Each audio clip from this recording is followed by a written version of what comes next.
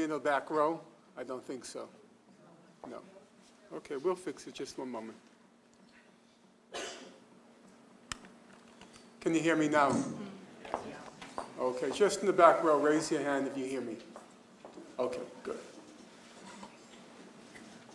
Well, thank you for having me here. It's been a long week. I've been in several Canadian cities. You can't hear me in the front row.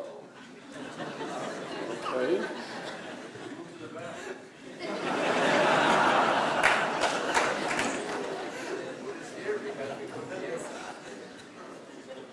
Can you hear me now in the front row? Can you hear me in the back row? How about the middle rows? Okay. We started out on the East Coast, which sort of feels like home. And as we progress towards the West Coast, I always get a little bit nervous because I know it's somewhere on the West Coast that the Martians landed and snatched the bodies of your Prime Minister and Mr. Kenny, and that's where they got the idea of the movie, The Invasion of the Body Snatchers. And so I get nervous as I come to this part of town, but it seems pretty sane here and really quite beautiful. The big question I was asking the young people as I met them this afternoon is, why aren't there more Americans here? But now I'm told that they are in the suburbs of your area. I was taken on a tour, very brief. I was told everything is perfect in this city apart from one street. There's one street where there's problems, but otherwise this is a picture-perfect place to live. Is that accurate?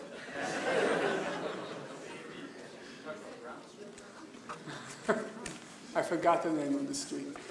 And I don't want to, I wouldn't say, because maybe some of you live on it. So, I wouldn't be right. I'll be speaking on the most recent developments in the Israel-Palestine conflict, beginning with what happened in Gaza in 2007-8, then what happened on the Mavi Marmara on May 31st of this past year, and then I'll do something which I very rarely do, which is to speculate on where things are headed. I don't like to speculate because if your predictions turn out to be wrong, you look rather foolish. But in this case, I think we're moving in such an ominous direction, and the recent developments over the past few days in Lebanon lead one to believe that the moment of truth might be even sooner rather than later than I expected.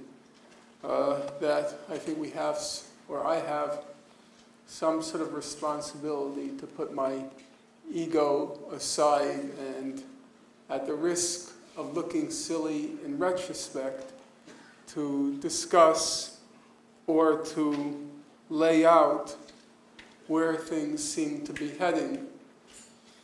As I said, I will be focusing, at least initially, on Gaza in 2008-9, but really the story begins in May 2000, when after an 17-year-long guerrilla war, the Israelis were evicted from South Lebanon, and it was a major military defeat for the Israelis, one which they were determined to undo. They patiently waited for a pretext, an excuse, an alibi, and it came along in the summer of 2006 when Israel invaded Lebanon again, this time with the intention of inflicting a massive defeat on the party of God, on the Hezbollah, to undo their defeat in May 2000. Unexpectedly, at least for the Israelis, they suffered another major defeat. And so now there was a succession of military defeats, which the Israelis worried was undermining their deterrence capacity, as they call it. And deterrence capacity is just a fancy technical term meaning the Arab world's fear of Israel. So after these succession of defeats, they were determined to restore the Arab world's fear of them. And the next place they looked was Gaza, because they didn't think yet they had the option of militarily defeating the Hezbollah. They went into Gaza, wreaked massive destruction and death, but didn't really restore their deterrence capacity, because Gaza, or Hamas, clearly was not a significant fighting force. And so Israel was now, or is now, looking around for another place where they can show that they are the same old fighting force that they were in 1967. Along the way, Israel then suffered two major setbacks in their commando operations. One in the early part of this year in Dubai, and then the second one, to which I'll get to, on the Mavi Marmara. So they had suffered a succession of military defeats, a succession of bungled commando operations, and then they saw before their eyes this coalition forming, which was very reminiscent of that coalition which they alleged threatened them in 1967. But this time, it was not, as in 67, Egypt, Syria, and Jordan. This time, it was Iran, Iraq, Hezbollah, Hamas, and tentatively Turkey under Mr. Erdogan. And so Israel now feels more compelled than ever to deal some sort of shattering blow in the Arab Muslim world in order to put these uppity Arabs, uppity Muslims, these natives who have gotten restless, to put them back in their place. And judging by most recent accounts, or the most knowledgeable accounts, the place where it's likely to occur is in Lebanon. And as I said, it may actually occur sooner rather than later, with repercussions and consequences which can be so horrifying that no sane person would want to contemplate them. Let me begin with the attack on Gaza in 2008-9. And the background to the attack, I think, is as important as what happened. In January 2006, there were parliamentary elections among the Palestinians in the occupied territories. And unexpectedly, Hamas, the Islamic movement, came out victorious. The elections, according to Jimmy Carter, the former US president, he said, they were completely honest and fair.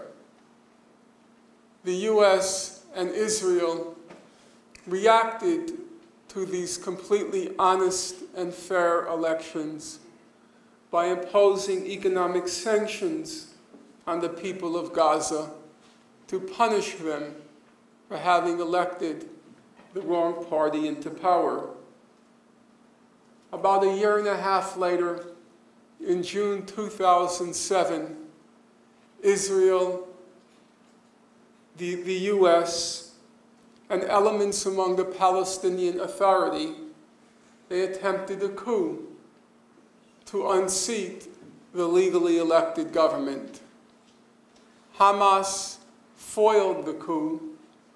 The Palestinian elements retreated to the West Bank, and now the United States and Israel tightened the blockade on Gaza, a blockade that Amnesty International now called a flagrant violation of international law, a blockade that the Goldstone mission, the mission mandated by the United Nations and headed by the respected international jurist Richard Goldstone, what the Goldstone mission called a possible crime against humanity.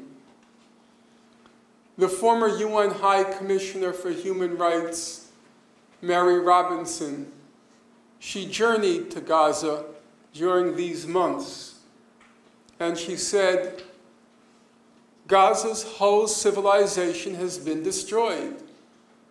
I'm not exaggerating. Its whole civilization has been destroyed. In June 2008, a ceasefire was negotiated by Egypt between Israel and Hamas. And each side, under the terms of the ceasefire, had obligations. Hamas, it was obliged to gradually lift the blockade. Hamas was obliged to stop the rocket and mortar attacks on Israel. And Israel was obliged to gradually lift the blockade of Gaza.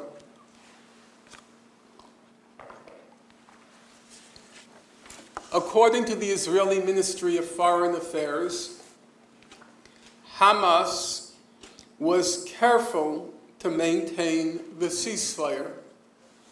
Hamas was careful to maintain the ceasefire.